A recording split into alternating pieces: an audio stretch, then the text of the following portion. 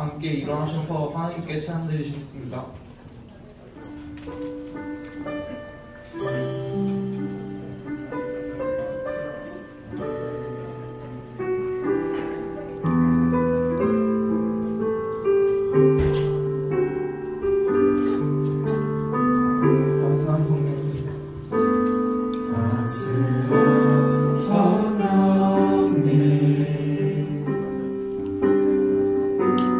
나는 의로운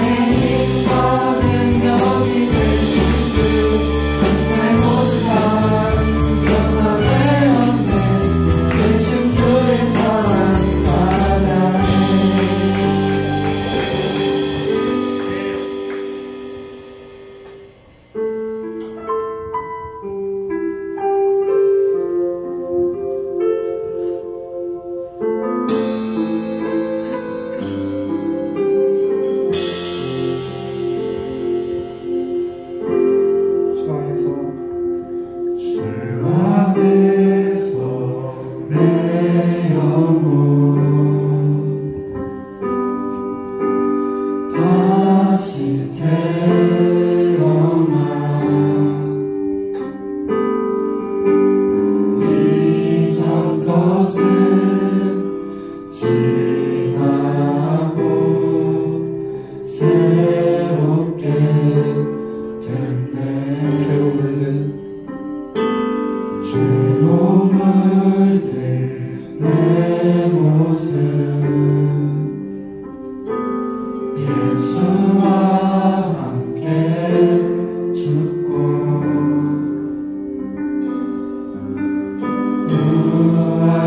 지나고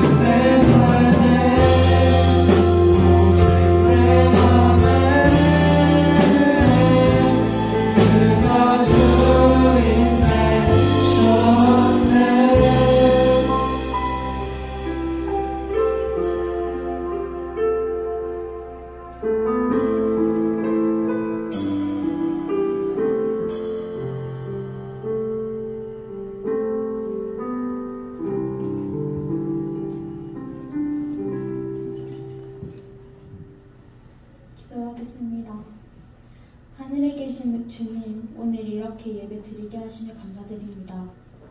아직은 코로나로 인해 소수의 사람들만 예배 드리지만 곧 주님께서 은혜와 자비하심으로 코로나가 종식되기를 원합니다. 이 세상의 모든 것들은 주님의 손길이 닿지 않는 것들이 없으시며 주님의 은혜로는 살아갈 수 없음을 고백합니다. 각자의 이기적인 욕심과 폭력이 없는 자비로운 세상이 되게 하시며 오늘도 이렇게 주일 예배 주님께 영광을 받을 수 있게 하심을 다시 한번 감사드립니다. 이 자리에 있지 않은 친구들도 따뜻한 손길로 어루어 만져주시고 빨리 코로나가 종식되어 이 자리에서 모두가 예배 드릴 수 있게 해주세요. 예수님의 이름으로 기도드립니다. 아멘.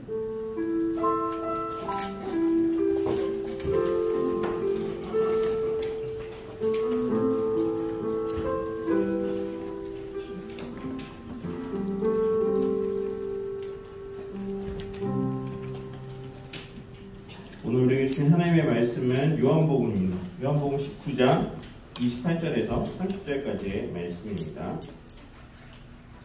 요한복음 19장 28절부터 30절 우리 한 절씩 읽고 마지막 절을 우리 같이 읽도록 하겠습니다.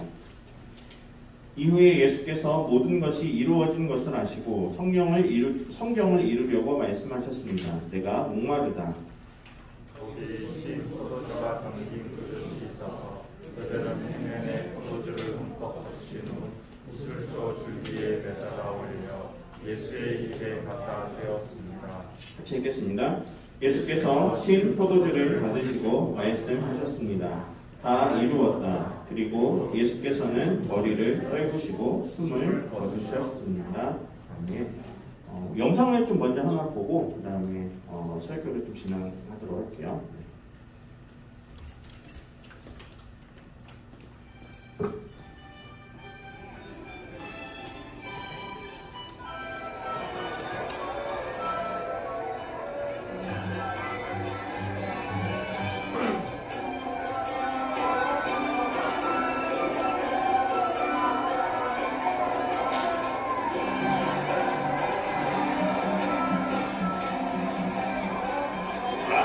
Command your disciples to be quiet. I tell you, if they were to be quiet, the stones themselves would begin shouting.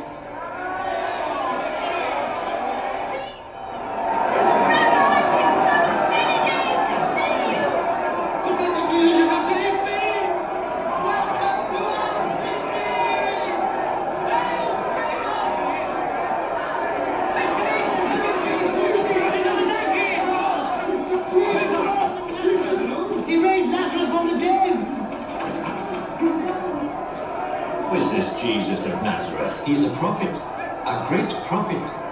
A prophet? On a donkey?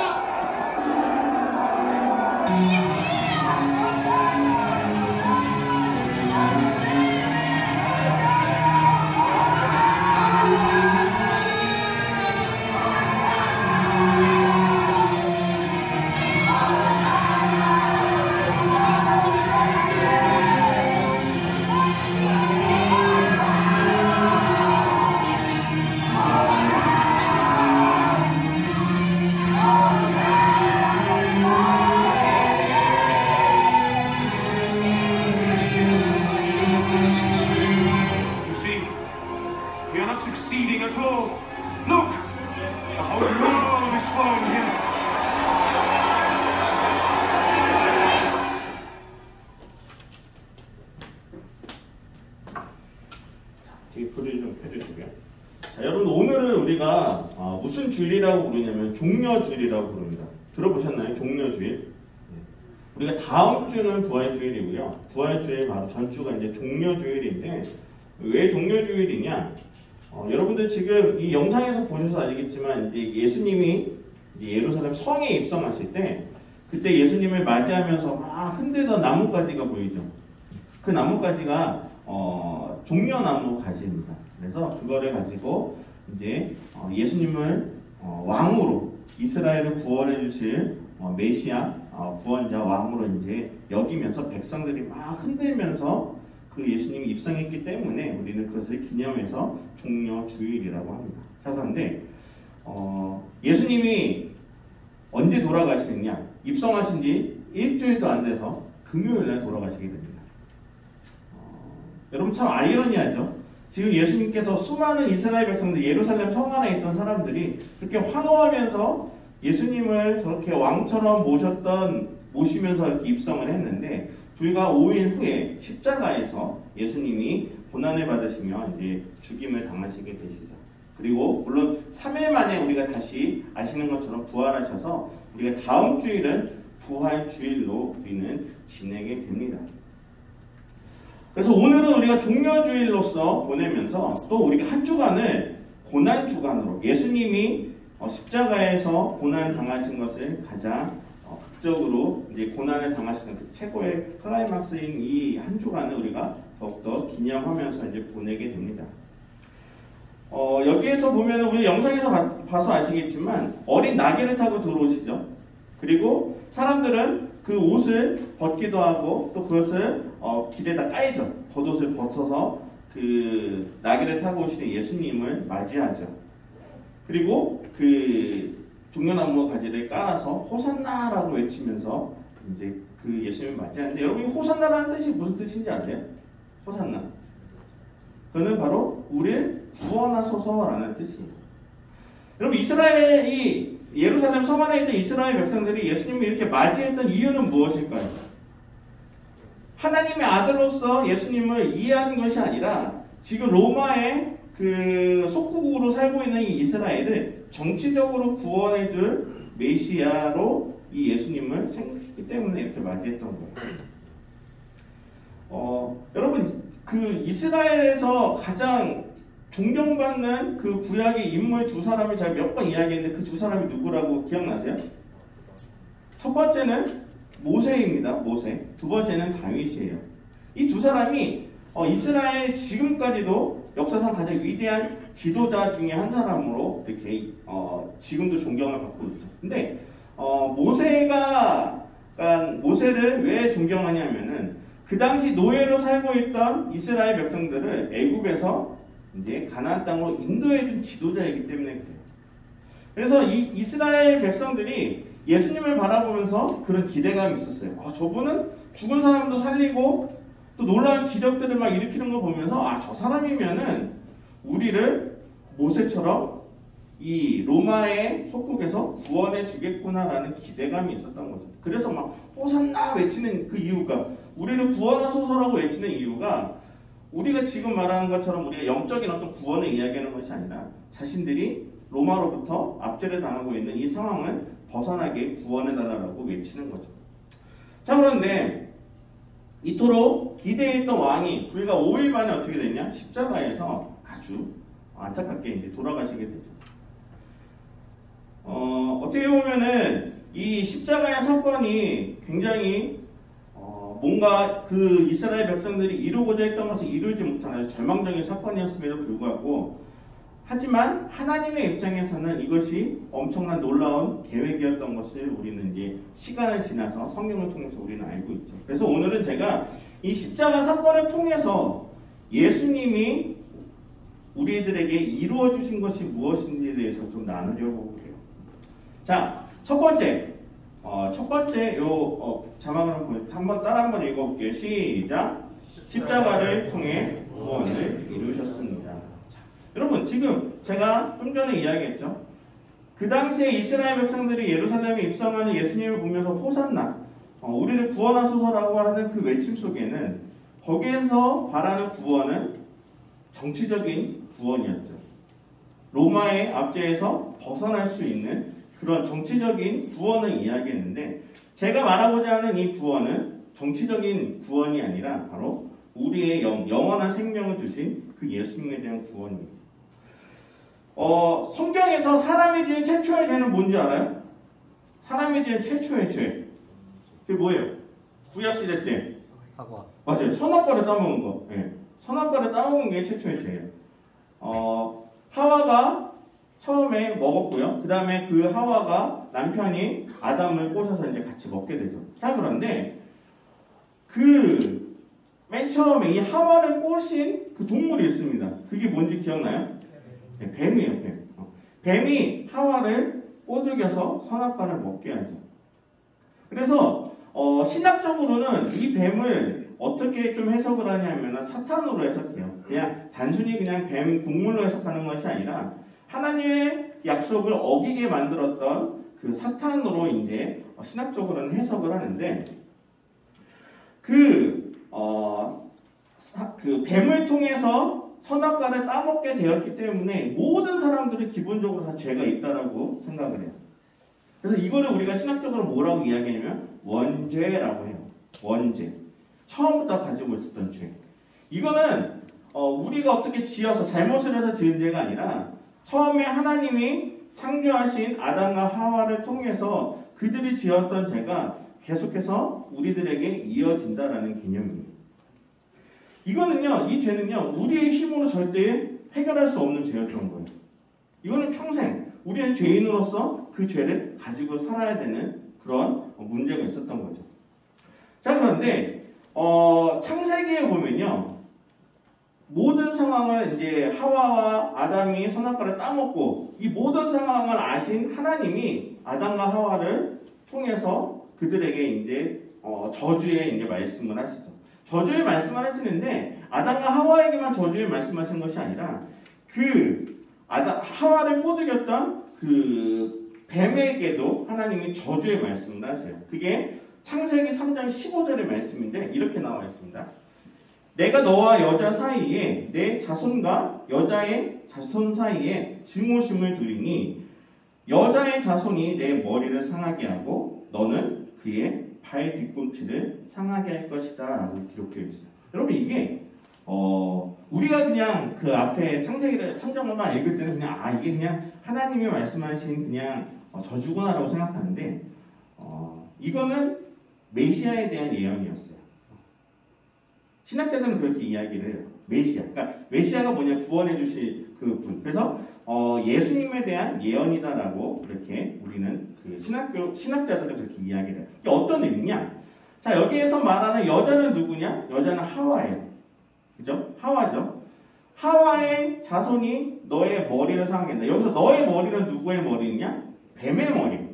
뱀에게 하는 저주이기 때문에 뱀의 머리를 상하게 한다는 거예요. 대신 여기서 말하는 너는 이제 뱀인데 너는 그의 발 뒤꿈치를 상하게 할 것이다 라는 이야기요. 자, 이게 무슨 말이냐? 발 뒤꿈치를 상하게 한다는 것은 뭐냐면 사탄이 그 예수님을 어떻게든 상하게 하신다는 그런 예언이었어요. 하지만 그 여자의 자손 예수님을 이야기하는데 여자의 자손은 너의 머리를 상하게 할 것이다 라는 그 두 가지의 대립적인 예언이 있는 거죠. 자, 이것은 무엇이냐? 발꿈치를 상하게 한다는 것은 이 뱀이 상징하는 그 사탄의 세력에 의해서 예수님이 십자가의 고난을 당한다는 것. 물론 그 십자가라는 이 대상은 나중에 이제 나오는 이야기지만 결국에 고난을 당한다는 것을 예언해주고 있는 거예요. 그래서 여자의 자손이 내 머리를 상하게 한다는 표현은 그렇지만 결국에 예수님에 의해서 그렇게 예수님의 발 뒤꿈치를 상하게 했던 사탄의 세력은 결국에는 다 완전하게 굴복된다라는 그 예언이 그 처음에 그 아담과 하와가 죄를 지었을 때 이미 하나님을 통해서 예언이 됐던 거예요. 그래서 여러분 예수님이 십자가에 못 박힌 것에 대해서는 솔직히 사람이 하나님의 아들이 십자가에서 죽으셨다라는 것은 행복한 일이에요? 아니면 불행한 일이에요? 불행한 일이에요. 우리가 그냥 결과적으로 보면 불행한 일이에요. 그리고 심지어는 하나님의 아들이라는 분이 가장 극심한 그 죄를 지은 그 죄수들이 죽는 십자가에서 죽으셨다는 것 자체가 어떻게 보면 말이 안 되는 거예요. 왜? 하나님의 아들인데. 하나님의 아들이 어떻게 가장 큰 죄를 지은 그 십자가에서 죽을 수 있지? 거기서 예수님이 완전히 숨을 거두셨다라고 나오거든요. 그건 어떻게 보면 이해가 안 되는 거죠. 사탄에 의해서 마치 예수님이 완전히 죽임을 당한 것처럼 여겨질 수 있는 거죠. 실제로 성경에 예수님이 고난을 받으시는 그 과정을 보면은 예수님을 죽이려 했던 그 무리들이 있죠. 뭐 바리새인, 서기관, 대제사장들, 그 당시의 종교 지도자들이 계속해서 예수님을 죽이려고 여러 가지 방법들을 다 쓰죠. 그래서 그들이 정말 예수님의 주변에 많은 사람들을 이용해요. 가룟 유다도 이용하고요. 빌라도도 이용하고요. 그 다음에 심지어는 그렇게 환호하면서 예수님을 왕으로 입성할 때 그렇게 막 소리쳤던 그 이스라엘 그 사람들까지도 나중에 법정 앞에 선 그 예수님을 향해서 죽이라라고 이제 계속 오히려 그 민심을 뒤바꿔 버리죠. 이렇게 예수님이 십자가에 못 박히시기까지 정말 그 사탄의 세력은 정말 여러 가지 방법을 다 동원해서 예수님을 십자가에 못 박으려고 해요. 자, 그런데 우리가 지지난주에 우리가 설교회 통해서 겟세마네 기도했던 설교를 들으셨을 거예요. 거기에서 보면은 예수님이 잡혀가시기 전에 마지막에 누구에게 기도를 해요? 하나님께 기도해요. 그 기도의 내용 혹시 기억나요? 혹시 만일 이 잔을 피할 수 있거든 이것을 피하게 해주시지만 만약에 하나님의 뜻이 아니거든 하나님의 뜻대로 순종하겠습니다 라는 기도를 하죠. 그런데 하나님이 그 예수님의 기도를 들으세요? 안 들으세요? 거기에서 이 잔을 피하게 해달라고 하는데 그걸 피하게 해주세요? 안 해주세요? 안 해주세요. 왜? 하나님의 뜻은 이미 결정되어 있었기 때문에. 예수님이 십자가에서 달려 돌아가셔야 되지만 하나님이 계획하신 그 구원의 그 역사를 이룰 수 있기 때문에 그랬던 거예요. 어떻게 보면 예수님의 입장에서 보면 제가 인간적인 생각으로는 참 외로우셨겠다라는 생각이 들어요. 그렇게 그 고난을 당할 것을 다 알면서 하나님께도 기도했는데 그것이 응답되지 않았을 때 얼마나 마음이 아팠을까. 그러면서 결국에 십자가의 고난을 당하기 위해서 가는 그 발걸음 자체가 얼마나 외로웠을까. 근데 예수님은 결국에 하나님의 뜻에 순종하시죠. 자, 순종하셔서 결국에는 십자가에서 달려 돌아가세요. 그 이유는 무엇이냐? 구원을 이루게 하시기 위해서. 우리가 처음부터 가지고 있었던 그 원죄, 처음에 아담과 하와를 통해서 가지고 있었던 우리의 힘으로 해결할 수 없었던 그 죄를 해결해 주시기 위해서, 그리고 영원한 생명을 주시기 위해서 하나님은 독생자이신 예수 그리스도를 결국에는 십자가에 못 박게 하셨다는 거죠. 여러분, 만약에 예수님이 십자가에 달려 돌아가지 않으셨다고 한다면 이 구원의 약속은 이루어질까요? 못 이루어질까요? 이루어지지 않는 거죠. 예수님께서 십자가에 달려 돌아가셨기 때문에 그 구원의 약속과 그 성경 구약에 나와 있는 여러 가지 그 예수님에 대한 예언이 이루어질 수 있었던 거예요. 그런데 십자가에서 달려 돌아가시는 그 순간에는 예수님이 어떻게 보면 진 것 같이 보이죠. 사탄의 세력이 진 것 같이 보이죠. 그런데 결국에는 어떻게 되었어요? 예수님이 3일 만에 다시 부활을 하신 거예요. 여러분, 그 당시에 죽었던 사람이 다시 살아나는 것은 있을 수가 없는 일이죠. 물론 나사로가 살아나긴 했고 그 다음에 이제 12살 그 소녀가 살아나긴 했었지만 그럼에도 불구하고 그때는 예수님이 살리신 거였죠. 그런데 스스로 죽었던 사람이 다시 살아나는 기적은 없었는데 예수님께서 십자가에서 죽으신 지 3일 만에 다시 살아나심으로 인하여서 이 구원의 역사를 완성하셨다는 거예요. 여러분, 십자가의 고난이 어떻게 보면은 사탄의 세력이 승리한 것처럼 보일 수도 있어요. 십자가에서 달려 돌아가시는 그 순간에 모든 희망이 사라진 것처럼 보여요. 그런데 어떻게 됐어요? 3일 후에 하나님이 계획하신 대로 예수님의 부활하심으로 우리 모든 사람을 향한 구원의 그 역사를 이루셨다라는 것을 우리는 기억하셔야 돼요. 그래서 예수님이 십자가를 통해서 이 십자가의 사건을 통해서 이루신 첫 번째 그 이유는 뭐냐? 바로 우리를 구원하게 하시려는 하나님의 뜻을 이루셨다라는 거예요. 자, 오늘 본문에 보면은 예수님이 십자가 상에서 하셨던, 십자가에 매달렸었을 때 하셨던 7개의 말이 있어요. 그걸 우리는 가상치던이라고 그래요.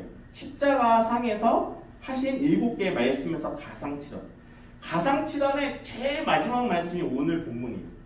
그 본문은 뭐냐? 다 이루었다라고 말씀하시고 숨을 거두세요. 무엇을 이루셨는지?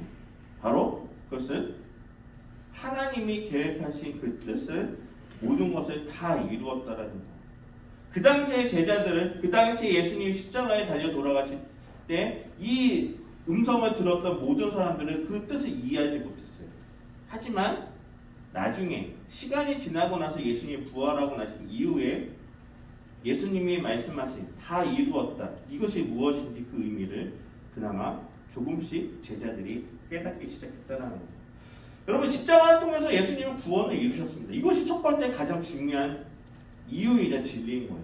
자, 두 번째는 십자가를 통해서 예수님이 이루신 것. 두 번째는 한번 따라해 볼게요. 시작. 십자가를 통해 율법을 완전하게 하셨습니다.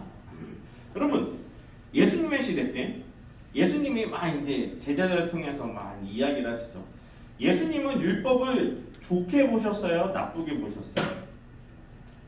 한번 손 들어보자. 율법을 좋게 보셨다. 한번 손 들어보자. 좋게 보셨다. 율법을. 자, 딱 한 분, 두 분 계세요. 자, 율법을 나쁘게 보셨다. 율법은 나쁜 것이다라고 예수님은 말씀하셨다. 괜찮아요. 뭐 정답은 뭐 괜찮아요. 지수가 들었다가 눈치 보고 내려. 괜찮아요. 나쁘게 보셨다? 네. 자, 나쁘게 보셨다가 좀 더 많은 것 같아요. 자, 여러분, 예수님은요, 율법을 좋다 나쁘다라고 이야기하신 것이 아니었어요. 율법은 반드시 필요한 것으로 말씀하셨어요.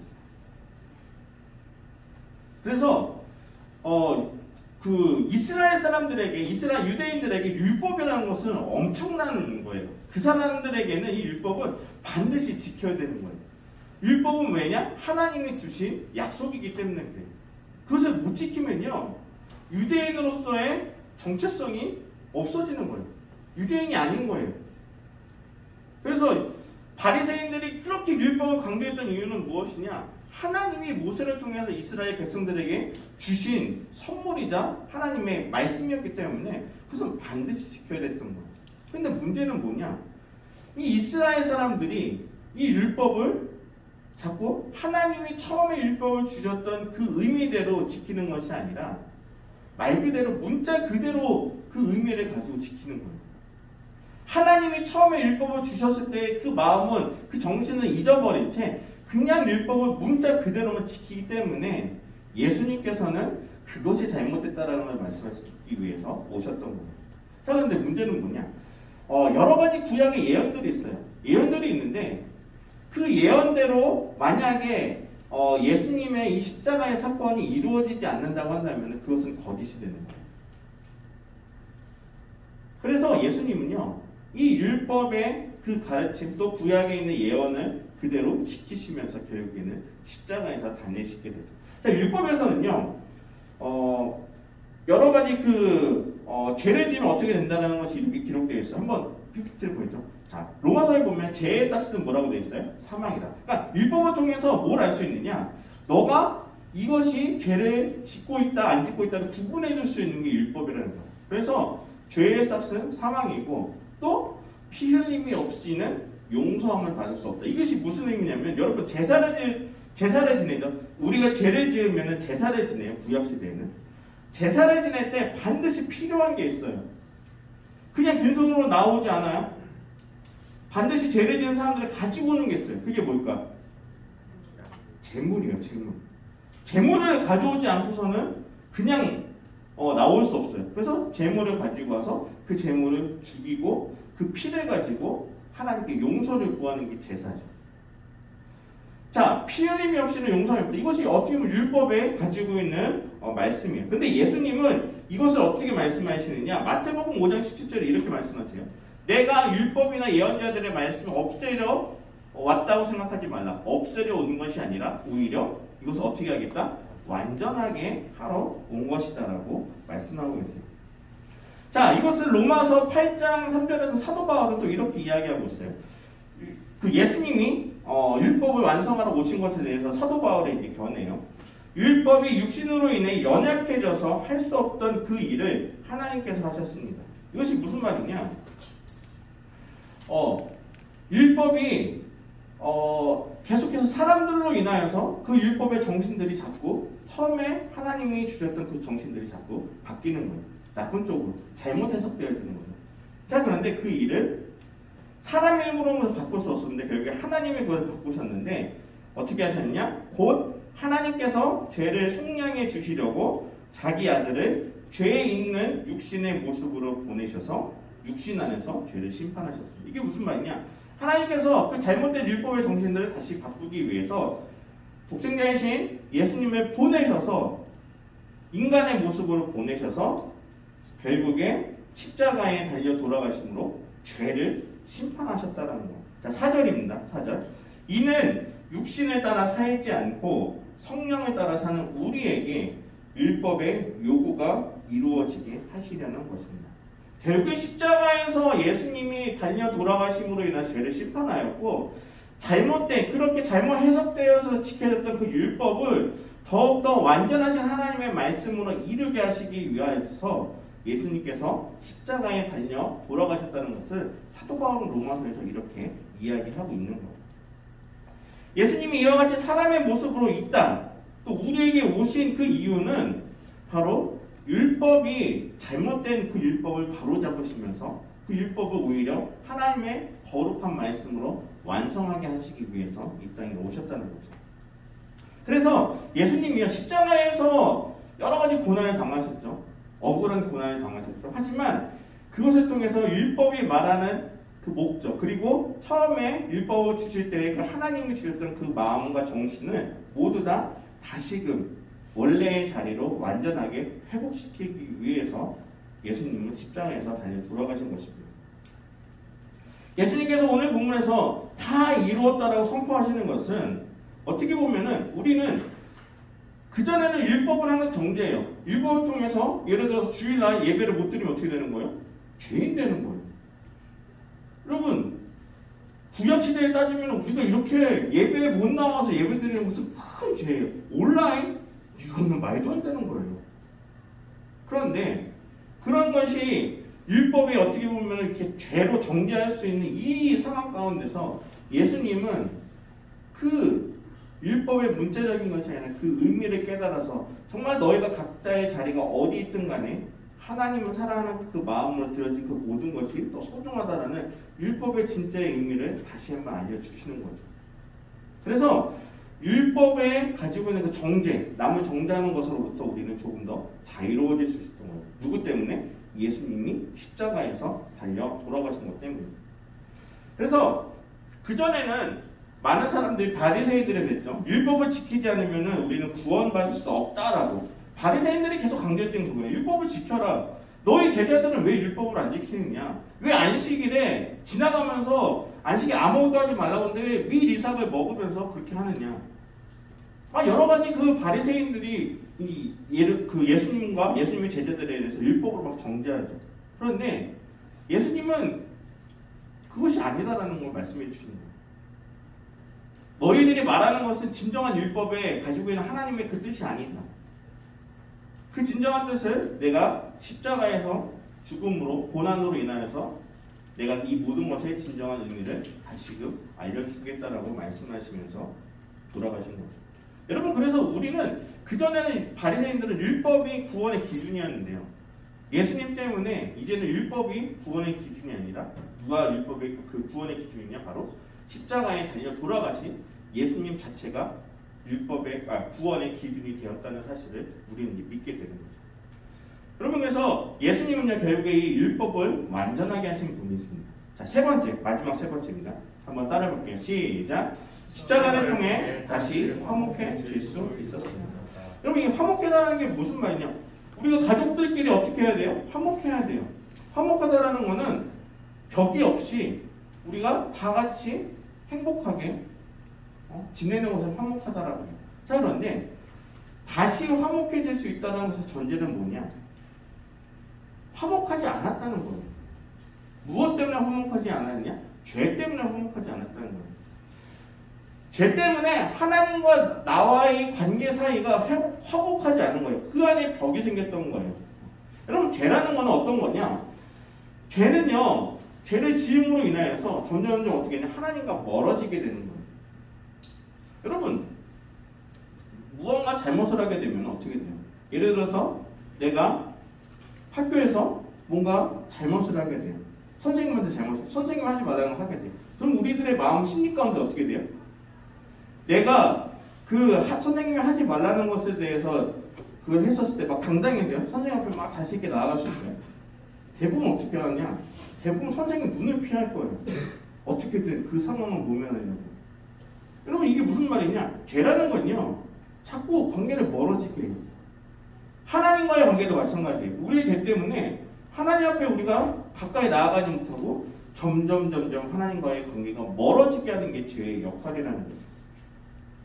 그래서 구약시대에는요, 이 관계가 멀어지는 것을 없애기 위해서 어떻게 했냐? 제사를 지냈죠. 아까 말한 대로 제사를 지내서 그 제사를 가지고 이제 하나님, 내가 죄를 지었으니까 이 관계를 다시 한번 회복시켜 주세요라고 드리는 게 제사죠.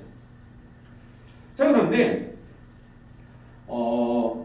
구약시대에는요, 하나님께 용서를 구할 때 특별히 대제사장이요. 그 대제사장은 제사장이 참 대빵이죠. 이 대제사장이 1년에 한 번씩, 딱 1년에 한 번씩 그 성막 안에 성소라는 게 있어요. 성소 안에 딱 들어갈 수가 있어요. 딱 1년에 한 번. 근데 이 성소는요, 아무나 들어갈 수 있는 데가 아니에요. 왜냐? 그곳에는 그 법궤가 있었고요. 그 법궤 안에 하나님이 계시다라고 믿었기 때문에. 그래서 평상시에는 아무 때나 들어오게 되면 어떻게 되느냐? 대제사장이라고 해도 죽어요. 구약시대는 죽어요. 그래서 이 지성소 안에, 성막 안에 있는 지성소 안에는 아무나 들어갈 수도 없고, 딱 1년에 한 번 대제사장만 들어갈 수 있는데, 들어가는 이 입구에 막혀있는 요 막이 하나 있어요. 그것을 뭐라고 하냐면 휘막이라고 해요. 휘막이라고 해요. 자, 그런데 이게 결국에는 어떤 휘장이 의미하는 건 무엇이냐? 우리가 하나님께 가까이 나아가지 못하게 하는 가림막이었던 거예요. 자, 근데 예수님이 십자가에서 죽으셨을 때 어떻게 되느냐? 그 성전, 예루살렘 성전에 걸려있던 휘장이 위에서부터 아래로 쫙 찢어졌다라고 되어 있어요. 그래서 무엇을 의미하느냐? 하나님께 나아가지 못했던, 죄로 인해서 가까이 나아가지 못했던 우리들이 예수님이 십자가에서 죽으심으로 인하여서 우리가 지금처럼 이렇게 기도를 통해서, 예배를 통해서 하나님께 나아갈 수 있게 만드셨다는 거예요. 여러분들이 예전에 구약시대에 태어났으면 여러분들이 이렇게 예배 드릴 수 있을까요? 없을까요? 못 드려요. 여러분들이 죄인인데 어떻게 예배를 드려요? 하나님 앞에 어떻게 나와요? 그 당시에 레위나 제사장을 통해서만 제물을 가지고 와서 제사장을 통해서만 갈 수 있었어요. 절대 여러분들이 와서 예배 이렇게 드릴 수가 없었던 거예요. 그런데 이것이 왜 바뀌었느냐? 예수님이 십자가에서 죽으심으로 바뀌게 된 거예요. 여러분, 에베소서 2장 14절에 이렇게 나와 있어요. 2장 14절, 에베소서 2장 14절 한번 보여주세요. 네. 2장 14절. 네. 그리스도는 우리의 화평이시니 자기의 육체로 둘을 하나로 만드신 분이십니다. 그리고 그분은 중간에 막힌 담, 곧 원수된 것을 털어내셨고, 16절 계속 읽어줄게요. 16절. 그 다음 거예요. 십자가를 통해 이 둘을 한 몸으로 하나님과 화목하게 하셔서 자기 안에서 원수된 것을 없애버리시기 위한 것입니다. 이건 무슨 말이냐? 예수님이 십자가에 달려 돌아가심으로 인하여서 하나님과 우리 사이를 막고 있던 그 죄의 벽이 무너지게 됐다는 거예요. 그래서 지금처럼 우리가 이렇게 나와서 예배를 드릴 수도 있고, 우리가 기도를 통해서도 하나님께 가까이 나아갈 수 있게 되었다는 거예요. 결국에 예수님께서 스스로 십자가에서 죽으심으로 제물이 되신 거죠. 이해되시죠? 그 피 흘림으로. 그래서 여러분, 결국에 사도 바울이 또 뭐라고 했냐면은 갈라디아서 4장 6절에 보면 이렇게 되어 있어요. 여러분은 아들들이므로 하나님께서 자기 아들의 영을 우리 마음속에 보내셔서 뭐라고 부르게 하셨다? 아바, 아버지. 여러분, 그전에는요, 우리가 하나님을 아버지라고 부를 수가 없는 존재였어요. 왜냐? 우리는 죄인이었기 때문에. 근데 예수님 때문에 이제는 그 죄의 벽이 사라지고 이제는 우리가 하나님을 아버지라고 부를 수 있는 그런 축복을 받게 됐다는 거예요. 여러분, 예수님이 십자가에서 당하신 고난은 어떻게 보면 굉장히 슬픔이었죠. 하지만 그 고난 때문에 우리는 이와 같이 세 가지 우리는 그 예수님이 십자가의 사건을 이루신 것. 첫 번째는 뭐냐? 죄에서 구원을 받을 수 있다는 것이고, 두 번째는 율법의 정죄함으로부터 우리는 자유로워질 수 있었다는 것이고, 세 번째는 예수님이 십자가에 달려 돌아가심으로 인하여서 우리가 하나님과 다시금 화목하게 될 수 있었다는 것을 여러분 꼭 아셔야 돼요. 십자가의 사건은 어떻게 보면 굉장히 슬프고 불행한 일이에요. 그런데 예수님이 그냥 죽으심으로만 끝났으면 그거는 새드 엔딩이죠. 그런데 부활하셨기 때문에 결국에는 이 모든 것이 해피 엔딩으로 우리는 끝날 수 있는 거예요. 여러분, 이번 주는 우리가 고난주간으로 보내요. 어떻게 보면 예수님께서 십자가에 달려 돌아가셨기 때문에 우리의 힘으로 할 수 없는 그 많은 것들을 이루어 주셨어요. 그런데 이것은 우리가 직접 느끼기가 어려운 일이죠. 우리가 잘못한 것이 아니라고 느낄 수 있기 때문에. 하지만 여러분, 이번 한 주간 우리가 고난주간을 보내면서 그 어느 때보다도 더 예수님이 우리에게 보여주셨던 그 사랑과 은혜를 다시 한번 좀 더 느끼시고 더 간절히 기도하는 한 주가 되었으면 좋겠어요. 여러분, 예수님이 아니라고 한다면은 우리는 이 모든 것을 누릴 수가 없었어요. 예수님께서 십자가에서 마지막에 하셨던 그 말씀, 다 이루셨다. 그것은 누구를 향해서 하신 말씀이냐? 예수님이 하나님께 하셨던 말씀일 수도 있지만 우리를 향하여서도 하신 말씀입니다. 우리가 죄 때문에 하나님께 나아가지 못했던 여러 가지 그 안타까운 모습을 보면서 다 이루었기 때문에 이제는 너희가 하나님의 자녀로서 다시금 살 수 있을 것이다. 그것이 우리에게 주신 선물이라는 거죠. 이번 한 주 여러분들 십자가의 사건을 생각하면서 더 예수님을 사모하며 우리가 기도하며 나갔으면 좋겠어요. 우리가 이번 주에 교회에서는 고난주간 특별 새벽 기도회를 드려요. 여러분들이 거기에 참여하기는 어려울 텐데 좀 이번 한 주만이라도 여러분들이 새벽에 좀 힘들 수도 있겠지만 새벽을 깨우면서 함께 기도함으로 하루를 시작했으면 좋겠어요. 우리가 이번에는 저희가 막 작년에는 막 참여하는 뭐 상품 주고 막 이랬는데 그렇게 하지 않을게요. 여러분들의 마음 가운데 정말로 그런 기쁨이 있고 또 하나님에 대한 그 사랑과 은혜를 가지고 정말 자원하는 마음으로 여러분들이 이번 한 주만을 그렇게 새벽에 여러분들 깨우면서 한번 하루를 시작해보는 것도 참 좋을 것 같아요. 또 우리가 그런 마음 가지고 이번 한 주간을 고난주간이지만 기쁨으로 여러분들이 그것을 하나님을 생각하며 또 찬양하며 우리가 나아가기를 간절히 바랍니다. 우리가 좀 기도하면서 나아가도록 할게요. 기도하며 나아갈 텐데요. 싱어들은 마이크를 좀 잡아주시고요. 네. 여러분들 예수님께서 우리를 통해서 주신 그 많은 선물들이 있습니다. 그런데 이거는 우리의 힘으로 세상적으로 할 수 있는 그 어떤 선물이 아니에요. 오로지 예수님을 통해서만 누릴 수 있는 선물이거든요. 우리가 그것을 기억하면서 우선 감사한 마음을 먼저 예수님께 고백했으면 좋겠어요. 예수님이 십자가에 달려 돌아가심으로 인하여서 우리들에게 이 귀한 구원의 선물을 주시며 감사합니다. 그리고 그 십자가의 고난을 당하시기까지 아픔 가운데, 고통 가운데 그 눈물을 흘리시며 그 고통을 다 감내하셨던 그 예수님의 그 마음을 우리가 기억하며 우리가 더욱더 예수님의 말씀대로 살아가겠습니다라는 그런 여러분들의 마음의 다짐과 고백이 그것을 하나님께 올려드리면서 기도함으로 우리가 나아가도록 하겠습니다. 우리 다 같이 한 목소리로 같이 기도하도록 하겠습니다. 기도하시겠습니다. 하나님 하신 아버지 하나님 감사합니다. 예수님께서 함께 해주셔서 우리에게 주신 하나님의 마음을 우리가 함께 기억하면서 그 마음을 우리가 함께 해주셔야 되고 하나님 우리에게 주신 하나님의 마음을 우리가 깨닫고 우리 십자가에 달려 돌아가신 예수님의 마음을 우리를 구원하시기 위해서 너무 죄가 없으시게 예수님께서 우리를 주셔야 되고 또 재미로서 하나님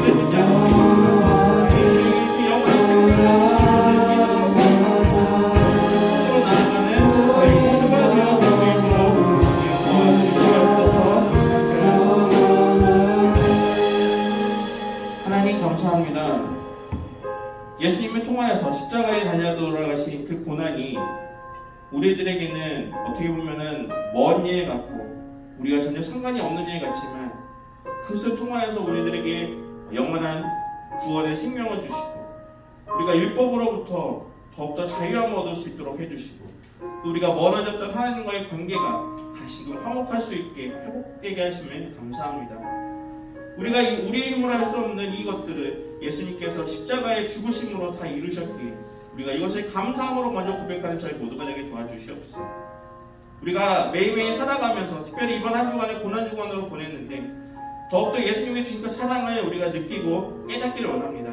우리들의 마음 가운데 그 은혜를 사모할 수 있도록 우리들의 마음을 더욱더 하나님께서 만져주시고 또 붙들어주시고 그 기쁨을 우리가 표현하며 주님 앞에 고백하며 나아가는 귀한 하루하루를 살아가는 귀한 한 주가 되게 도와주시옵소서. 함께 하는 것을 믿사오며 예수님의 이름으로 기도드립니다. 네. 우리 다 같이 일어나셔서 하나님께 예물을 올려드리도록 하겠습니다.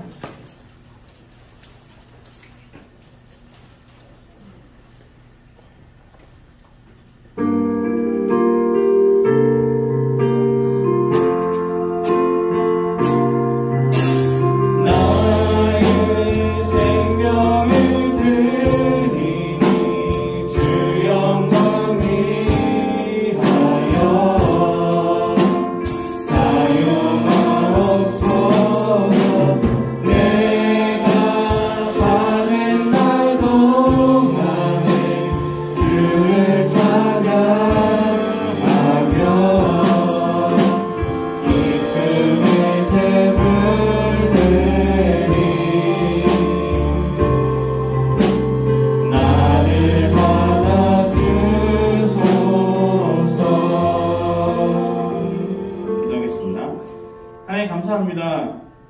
특별히 사순절을 보내면서 우리가 그동안 잊었던 예수님의 사랑을 다시 한번 기억하기 원합니다. 특별히 이번 한 주간은 우리가 고난주간으로 보냅니다. 그 어느 때보다도 이 고난주간을 통하여서 십자가에서 고통당하셨던 그 예수님에 대한 아픔과 그 사랑을 우리가 다시 한번 기억하며 이 한 주간 주님이 기뻐하시는 한 주로 살아갈 수 있는 저희 모두가 되게 도와주시옵소서. 하나님 감사한 마음을 가지고 빈손으로 나오지 않고 이 헌금을 하나님께 올려드립니다. 하나님 이 헌금을 기뻐 받아주시고 또 이곳이 쓰이는 곳곳마다 예수님의 그 크신 사랑이 널리 전하여 줄 수 있도록 도와주시옵소서. 함께 할 것을 믿사오며 예수님의 이름으로 기도드립니다. 아멘. 다 함께 파송의 찬양 함께 부르도록 하겠습니다.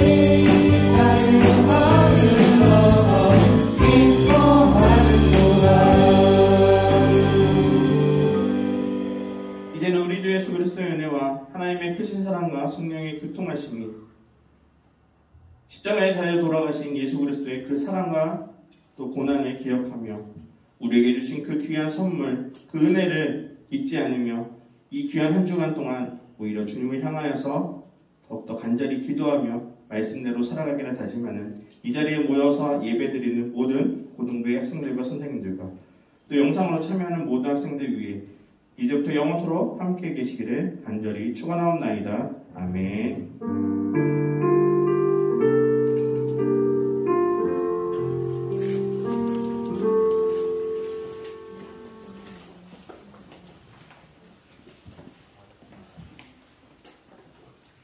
안녕하세요. 안녕하세요. 한 주 잘 보내셨나요? 네.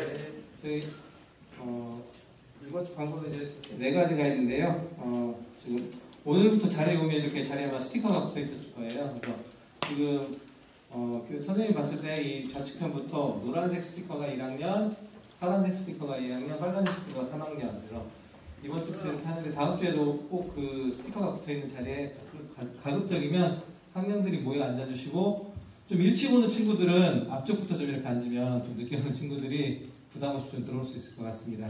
그리고 3월 생일자 오늘 명단 여기 알리지 않았는데요. 3월 생일 맞은 친구들 축하드리고, 그리고 아마 각 반에서 선생님들께서 그 편의점 교환권을 이렇게 모바일로 아마 보내드릴 겁니다.